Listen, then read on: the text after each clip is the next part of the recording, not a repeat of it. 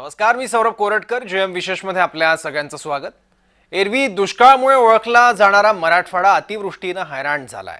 पिकं तर कधीचीच वाहून गेली आहे. पाण्याच्या प्रवाहामुळे शेतातली जमीन पण खरडून गेली आहे. त्यात गावं पाण्याखाली गेल्यानं अनेकांच्या पायाखाली ना जमीन शिल्लक राहिली आहे ना छप्पर. अनेकांचे संसार उघड्यावर आले आहेत.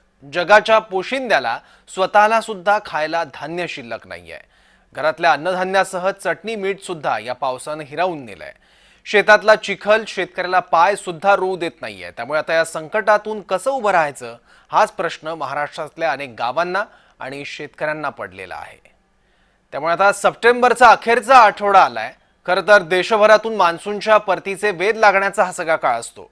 शेतात तरारून आलेलं पीक डोळे भरून पाहण्याचा हा काळ असतो. पावसात न्हावून चकचकीत झालेली वसुंधरा आणि तिचं रंगीबेरंगी रूप नजरेत साठवण्याचा हा काळ असतो. सणासुदीची चव जिभेवर रेंगाळती ठेवून सुगीकडे डोळे लावण्याचा हा काळ. पण सध्या यातलं काहीच दिसत नाहीये. शहरात जा नाहीतर गावात जा, शेतात जा नाहीतर घरात राहा, सगळीकडे पावसाने धुमाकूळ घातलाय. पाऊस नुसता कोसळतोय आणि इतका कोसळतोय की हातातोंडातल्या घासाची चिखलमाती करतोय. मराठवाडा असो, विदर्भ असो, पश्चिम महाराष्ट्र असो किंवा उत्तर महाराष्ट्र असो किंवा कोकण असो, महाराष्ट्राचा एक भाग असा नाहीये की जिथे पावसाचा फटका बसलेला नाही. जिथे तिथे पावसाने फक्त चिखल केलाय. फक्त दगड मातीचाच नाही तर वर्षभराच्या नियोजनाचा आणि डोळ्यातल्या स्वप्नांचा सुद्धा चिखल केलाय. पावसाच्या धारा अशा धोधो बरसतायत की नजरेतले अश्रू दिसतही नाहीयेत. पण राज्यातला शेतकरी, बागायतदार आणि छोटे उद्योगधंदे सध्या प्रचंड धक्क्यात आहेत. कारण या प्रत्येकाचं प्रचंड नुकसान झालंय. शेतातली उभी पिकं पाण्यात गेली आहे. घरादारांचं नुकसान झालंय. गाड्या वाहून गेल्यात. लाख मोलांचे जीव सुद्धा गेलेत. राज्यातलं हे नुकसान प्रचंड आहे. लाखो हेक्टर शेतीचं हे सगळं नुकसान ना विमा कंपन्या भरून देतील आणि ना सरकार. या नुकसानीचा सगळा भार ज्याला सहन करावा लागणार आहे तो शेतकऱ्याला. आज घटस्थापनेचा दिवस. घराघरात आज देवीची पूजा होतीये. निसर्गाची पूजा करण्याचा हा सण, बीज अंकुरण्याचा हा उत्सव. पण दिवस रात्र शेतात राबून हे बीज पेरून त्याचं धान्य वर्षभर आपल्या ताटात वाढणारा बळीराजा मात्र आज काय सहन करतोय ते बघा. आम्ही घराच्या बाहेर निघोस्तो तर आमच्या सगळ्या भिंती सगळ्या पडल्या. एक सामान राहिलं नाही, एक वाटी राहिली नाही, मला काहीच राहिलं नाही घरात. असं सगळे असं मी अंगाच्या कपड्याशी अशी बाहेर निघलेली आहे. सातत्यानं मुसळधार पाऊस होत आहे. या पावसामुळं शेतकऱ्याच्या हातातोंडाशी आलेला घास, मग सोयाबीन असेल, मूग असेल, उडीद असेल व इतर पिके असतील, याचं तर नुकसान झालं. परंतु ऊस उत्पादक शेतकरी सुद्धा मध्ये वारे आणि वादळ आल्यामुळं त्याही शेतकऱ्याचा ऊस आडवा पडलेला आहे. ढगफुटी दृश्य असा पाऊस आमच्याकडे पडायला लागला आणि आम्ही जे शेतामध्ये कपाशी लावली, तुम्हीच बघू शकता. ही कपाशी बघा, ह्या कपाशी आता कैऱ्या कापूस फुटायचे सुद्धा हे झाले.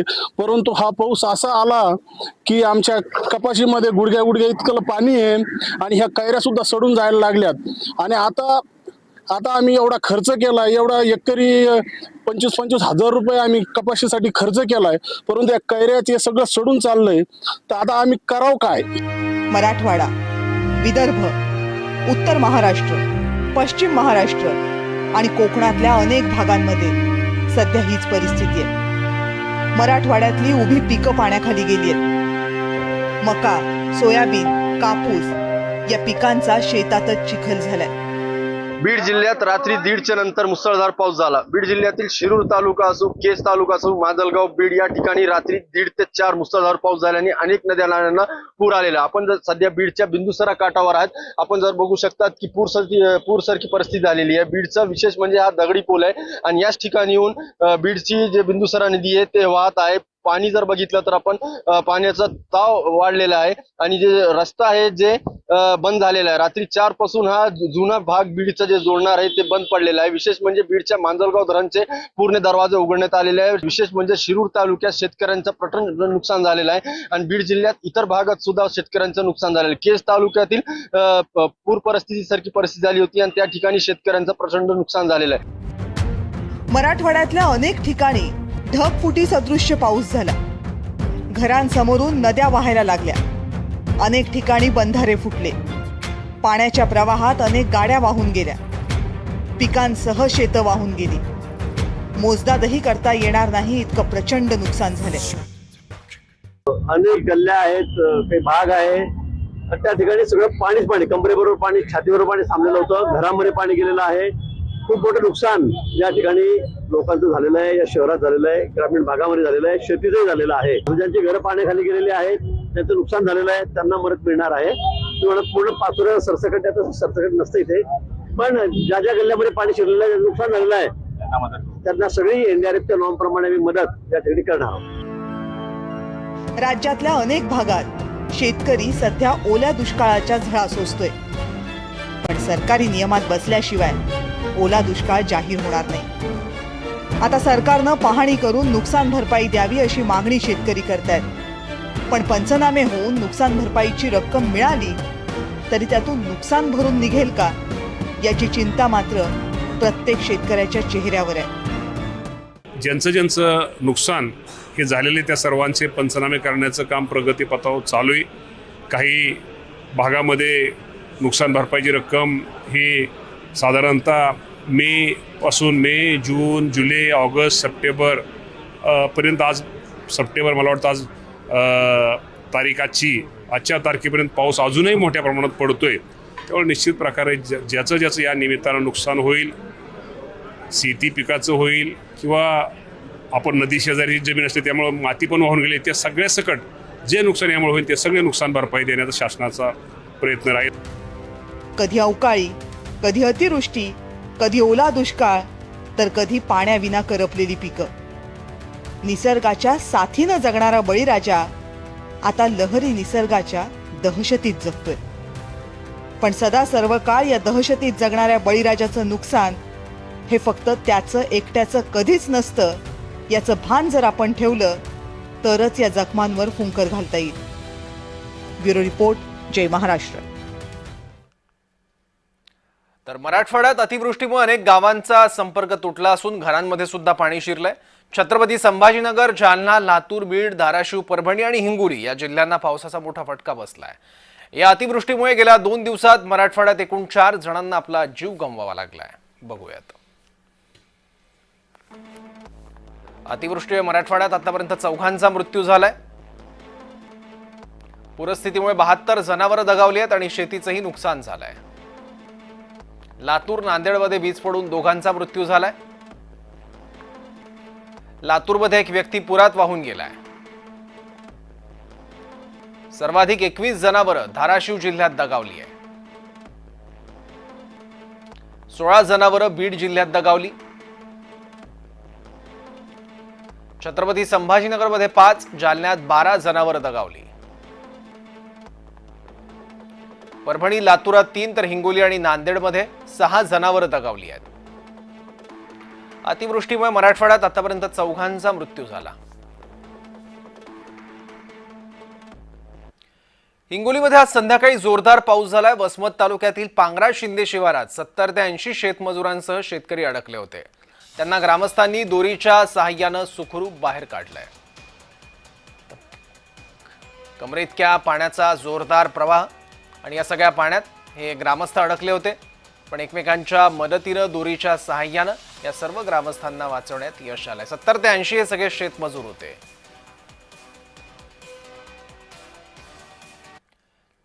बीड शहरात अंगावर काटा आणणारी घटना घडली आहे. बीड शहरातील जुन्या दगडी पुलावरून पाणी वाहत होतं आणि त्यात एक मुलगा वाहून जाऊ लागला. आसपासच्या तरुणांचं लक्ष गेलं आणि त्यांनी काही सेकंदात त्याला वाचवलं. तरुणांच्या प्रसंगावधानामुळे मुलाचा जीव वाचू शकलाय.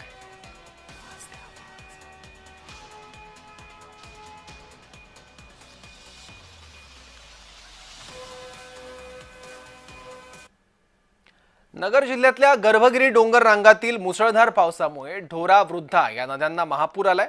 काही पूल सुद्धा पाण्याखाली गेले आहेत. त्यामुळे शेवगाव नगर मार्गावरची वाहतूक सुद्धा बंद झालेली आहे. पाण्याच्या प्रचंड प्रवाहानं ढोर जळगाव इथल्या ढोरा नदीवरच्या पुलाच्या रेलिंग सुद्धा वाहून गेल्यात आणि पूल देखील खचला असल्यानं तो वाहतुकीसाठी आता धोकादायक बनलाय. तर वडुले इथे नांदणी नदीनं धोक्याची पातळी ओलांडल्यानं नदीचं पाणी वडुले गावात शिरलंय.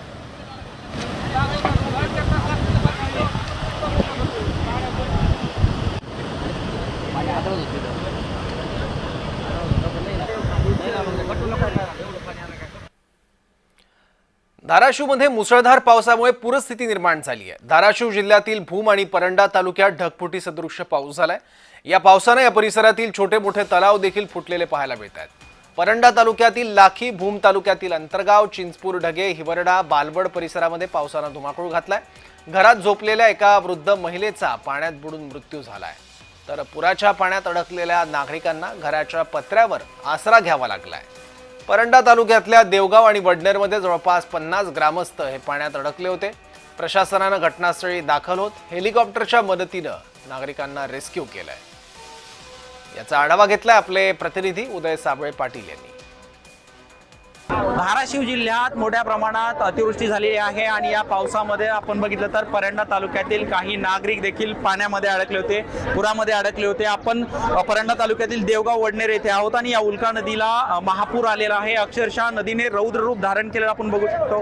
तर यातून 24 लोकांना रेस्क्यू करण्यात आलेलं आहे। हेलिकॉप्टरच्या माध्यमातून 24 लोकांना रेस्क्यू करण्यात आले। अजूनही 5 लोक जे आहेत ते अडकलेले आहेत, त्यांना रेस्क्यू करण्यासाठी जे आहे ती मिलिटरी देखील दाखल झालेली आहे आणि बोटीच्या सहाय्याने त्या लोकांना बाहेर काढण्यात येणार आहे। इतकंच नाही तर आपण बघितलं तर परंडा तालुक्यामध्ये शेती पिकांचं मोठ्या प्रमाणात नुकसान झालंय। आपण पाहू शकतो की लोक जे आहेत ते मोठ्या प्रमाणात या ठिकाणी आलेले आहेत की ज्या लोकांना रेस्क्यू केलं जाणार आहे, ज्या लोक त्यांच्याशी संवाद साधण्यासाठी लोकांची गर्दी इथं मोठ्या प्रमाणात आहे। आपण पाहू शकतो की उल्का नदीनं अक्षरशः रौद्र रूप धारण केलंय। अतिशय समुद्राचं रूप या नदीला आलेलं आहे। मोठ्या प्रमाणात नदीचा प्रवाह वाहतोय। त्याच्यामुळे गेलं तर खरं तर या नदी पात्रातून आतापर्यंत जवळपास या परिसरातून 24 लोकांना रेस्क्यू करण्यात आले, तर आता 5 लोकांना आणण्यासाठी बोटी जाणार आहेत किंवा हेलिकॉप्टरच्या सहाय्यातून या लोकांना रेस्क्यू करण्यात येणार आहे। उदय साबळे पाटील, जय महाराष्ट्र, परंडा, धाराशिव। तर धाराशिव मधल्या परंडा तालुक्यातल्या शेतकऱ्यांसोबत संवाद साधला आपल्या प्रतिनिधींनी, पाहूयात। तालुक्यातील वडनेर देवगाव येथील आतापर्यंत 24 जणांना रेस्क्यू करण्यात आले, तर आणखीन काही जणांना रेस्क्यू करण्यासाठी जे आहे ती एनडीआरएफ आणि मिलिटरीची टीम देखील गेलेली आहे। मात्र ज्यांना रेस्क्यू करण्यात आलं ते आपल्या सोबत आहेत। मला सांगा की नेमकं किती वाजता पूर आला, किती वाजता पाणी आलं, काय वाटलं तेव्हा? रात्री 1 वाजता पूर आला। 1 वाजतापासून आमच्या घराला येडा मारलेला आहे। 25-30 फूट पाणी आमच्या घराजवळ आता सध्या। आता तिथं ज्या वस्तीला तुम्ही राहिला, कोणती वस्ती तुमची? चौधरी वस्ती। चौधरी वस्ती आता जवळ आमचे घर सगळे पाण्यात गेलेले, घर बी गेले, जनावर बी गेले आमच्या। काय वाटलं तुला? भीती वाटली? इतकं सगळं पाणी घराच्या भोवती होतं, तुझं दप्तर तिथं आहे, तुझे सगळे तुझं घरातलं सगळं साहित्य तिथंच आहे आता पाण्यात? वाहून गेलं सगळं? जनावर, गाया सगळं वाहून गेलं? आता सध्या स्वतःचा जीव वाचलाय ना, पर आमची जनावर परत जे संसार उपयोगी वस्तू सगळे पाण्यात वाहून गेले। लेकरांचं दप्तर, लेकरांचे दप्तर बिप्तर सगळं काय घरातली कागदपत्र सगळे सगळं पाण्यात आहे सगळं।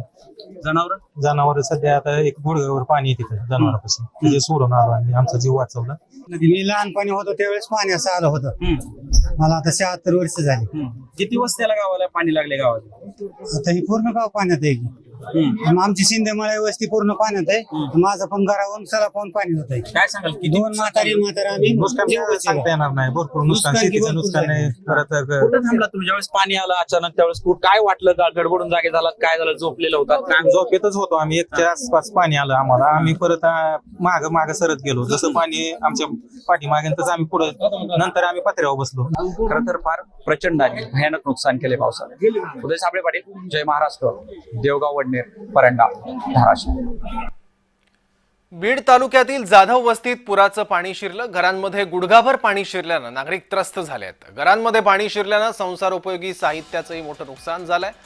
तात्काळ उपाययोजना करण्याची मागणी आता ग्रामस्थ करतायत। या मुसळधार पावसामुळे माजलगाव धरणाचे 11 तर मांजरा धरणाचे 6 दरवाजे उघडले आहेत। सततच्या पावसामुळे जिल्ह्यातलं जनजीवन देखील विस्कळीत झालंय। बीड जिल्ह्यात गेल्या 8 दिवसांपासून मुसळधार पाऊस कोसळतोय। रात्री पुन्हा झालेल्या जोरदार पावसामुळे शिरूर शहरातील सिंदफणा नदी दुथडी भरून वाहू लागली आहे। त्यामुळे इथल्या बाजारपेठेत पाणी शिरलंय। याबरोबरच पाटोदा शहरात देखील अशीच परिस्थिती निर्माण झाली असून मांजरा नदीकाठच्या घरांमध्ये पाणी शिरल्यानं मोठं नुकसान झालंय। शेती पिकाबरोबरच वीर व सिंचन साधनांचं देखील नुकसान झालं। या स्थितीचा आढावा घेतलाय आमचे प्रतिनिधी आमिर हुसेन यांनी। बीड जिल्ह्यात रात्री 1:30च्या नंतर मुसळधार पाऊस झाला. बीड जिल्ह्यातील शिरूर तालुका असो, केज तालुका असो, माजलगाव, बीड या ठिकाणी रात्री 1:30 ते 4 मुसळधार पाऊस झाल्याने अनेक नद्या नाल्यांना पूर आलेला. आपण जर सध्या बीडच्या बिंदुसरा काठावर आहात. आपण जर बघू शकतात की पूरसारखी परिस्थिती झालेली आहे. बीडचा विशेष म्हणजे हा दगडी पूल आहे आणि याच ठिकाणी येऊन बीडची जे बिंदुसरा नदी आहे ते वाहत आहे. पाणी जर बघितलं तर आपण पाण्याचा ताव वाढलेला आहे आणि जे रस्ता आहे जे बंद झालेला आहे. रात्री 4 पासून हा जुना भाग बीडचा जे जोडणार आहे ते बंद पडलेला आहे. विशेष म्हणजे बीडच्या मांजलगाव धरणचे पूर्ण दरवाजे उघडण्यात आलेले आहे. सिंदपना नदी असो की बीडच्या इतर नद्यांना पूर आल्यामुळे अनेक ठिकाणी पूरस्थिती निर्माण झाली. विशेष म्हणजे शिरूर तालुक्यात शेतकऱ्यांचं प्रचंड नुकसान झालेलं आहे आणि बीड जिल्ह्यात इतर भागात सुद्धा शेतकऱ्यांचं नुकसान झालेलं आहे. केज तालुक्यातील पूर परिस्थितीसारखी परिस्थिती झाली होती आणि त्या ठिकाणी शेतकऱ्यांचं प्रचंड नुकसान झालेलं आहे. आपण जर बघितलं तर हे जे आहे पाण्याचा जे प्रवाह आहे ते रात्री 4 पासून असंच चालू आहे. अजून जर पाऊस वाढत गेला तर शहरात जर पाणी शिरायची शक्यता आहे. विशेष म्हणजे आता प्रशासनाने नदी काठाचे जे घर आहेत किंवा गाव आहेत त्यांना सतर्क राहण्याचे इशारे देण्यात आलेले आहे. विशेष म्हणजे आता बीड जिल्ह्याची जी परिस्थिती आहे ते पूर्ण येण्यासारखी परिस्थिती निर्माण झालेली आहे. कारण की शेतकरी जे आहे ते आता ओढला दुष्काळ जाहीर करा हे मागणी करत आहे. कारण की काही शेतातली ते माती होती ते सुद्धा वाहून गेलेली आहे. जय महाराष्ट्रासाठी आमिर हुसेन, बीड. छत्रपती संभाजीनगर जिल्ह्यातील घाटशेंद्रा गावात मध्यरात्री 12 वाजल्यापासून पहाटे 5 पर्यंत ढगफुटीसारखा जोरदार पाऊस झालाय. सलग 5 तास कोसळलेल्या पावसामुळे गावात मोठं नुकसान झालंय. शेतातील पिकं पाण्याखाली गेल्यानं शेतकऱ्यांचं नुकसान झालं असून काही घरांमध्ये पाणी शिरल्यानं जनजीवन विस्कळीत झालंय. रस्ते आणि पूल वाहून गेल्यानं गावचा संपर्क देखील तुटलेला आहे. प्रशासनाने आता तातडीनं पंचनामे करून मदत द्यावी अशी मागणी शेतकरी करतायत. छत्रपती संभाजीनगरमध्ये पावसामुळे पिकांचं मोठं नुकसान झालंय. खरीप हंगामातली पिकं पाण्याखाली गेली आहे. तसंच कापूस खराब झालाय तर सोयाबीनला कोंब फुटायची वेळ आली आहे. याचा आढावा घेतलाय आमचे प्रतिनिधी विजय चिडेनी. पाहूयात. काय सांगाल, किती नुकसान झालेलं आहे काय? सर, हे 4 दिवसापासून आमच्या भागामध्ये अतिवृष्टीसारखाच पाऊस पडू राहिला आणि आता कसं ढगफुटी दृश्य असा पाऊस आमच्याकडे पडायला लागला आणि आम्ही जे शेतामध्ये कपाशी लावली, तुम्हीच बघू शकता ही कपाशी बघा. ह्या कपाशी आता कैऱ्या कापूस फुटायचे सुद्धा हे झाले. परंतु हा पाऊस असा आला की आमच्या कपाशीमध्ये गुडघ्या इतकं पाणी आहे आणि ह्या कैऱ्या सुद्धा सडून जायला लागल्यात. आणि आता आम्ही एवढा खर्च केला, एवढा एकरी 25-25 हजार रुपये आम्ही कपाशीसाठी खर्च केलाय, परंतु या कैऱ्यात हे सगळं सडून चाललंय. तर आता आम्ही करावं काय? तर आमच्या शासनाला एवढीच विनंती आहे की बघा आमचे हाल, आम्ही गुडघ्या इतक्याला पाण्यामध्ये आहेत. ही सरकी पहा आमची आणि हे सळलेले बघा. तर शासनाला अशी विनंती आहे की तत्काळ म्हणजे इथं शेतामध्ये येऊन पंचनामे करून आम्हाला तत्काळ न्याय द्यावा व शासनाने तत्काळ दखल घेऊन आम्हाला हा न्याय द्यावा. नक्की जर पाहायला गेलं त्या ठिकाणी जे आहे आता शेतकऱ्याच्या हातातोंडाशी आलेला घास जो आहे हा तो अतिवृष्टीने हिरवून घेतल्याचं आपल्याला पाहायला मिळत आहे. त्यामुळे आता सरकारकडून शेतकऱ्याला आर्थिक मदत मिळावी अशी मागणी जी आहे ती आता शेतकरी करत असल्याचे पाहायला मिळत आहे. छत्रपती संभाजीनगरहून विजय छिडे, जय महाराष्ट्र. मालेगाव तालुक्यातील दाभाडी पिंपळगाव काष्टी शिवारात ढगफुटीसारखा पाऊस झालाय. यामुळे कांदा, डाळिंब, मका, टोमॅटो, सफरचंद या पिकांचं नुकसान झालंय. जवळपास 2 तास चाललेल्या मुसळधार पावसानं संपूर्ण परिसराला झोडपलाय. या अस्मानी संकटामुळे शेतकरी पुन्हा चिंतेत सापडलाय. तात्काळ पंचनामे करून नुकसान भरपाई द्यावी अशी अपेक्षा शेतकरी व्यक्त करतायत.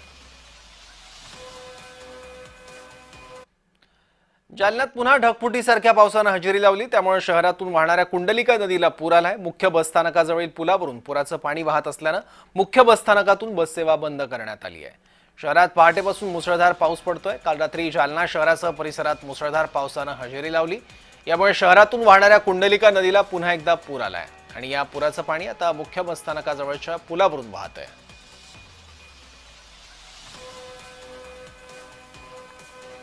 तर जालन्यातल्याच गायत्रीनगरमधील अनेक घरांमध्ये सुद्धा पाणी शिरलंय. शहरात पहाटेपासून जोरदार पाऊस पडतोय. त्यामुळे शहरात जिकडे तिकडे पाणीच पाणी झालंय. शहरातल्या गायत्रीनगर पुलावरून पाणी वाहत असून अनेकांच्या घरांमध्ये पाणी शिरलंय. तर रस्त्याला नदीचं स्वरूप प्राप्त झालंय.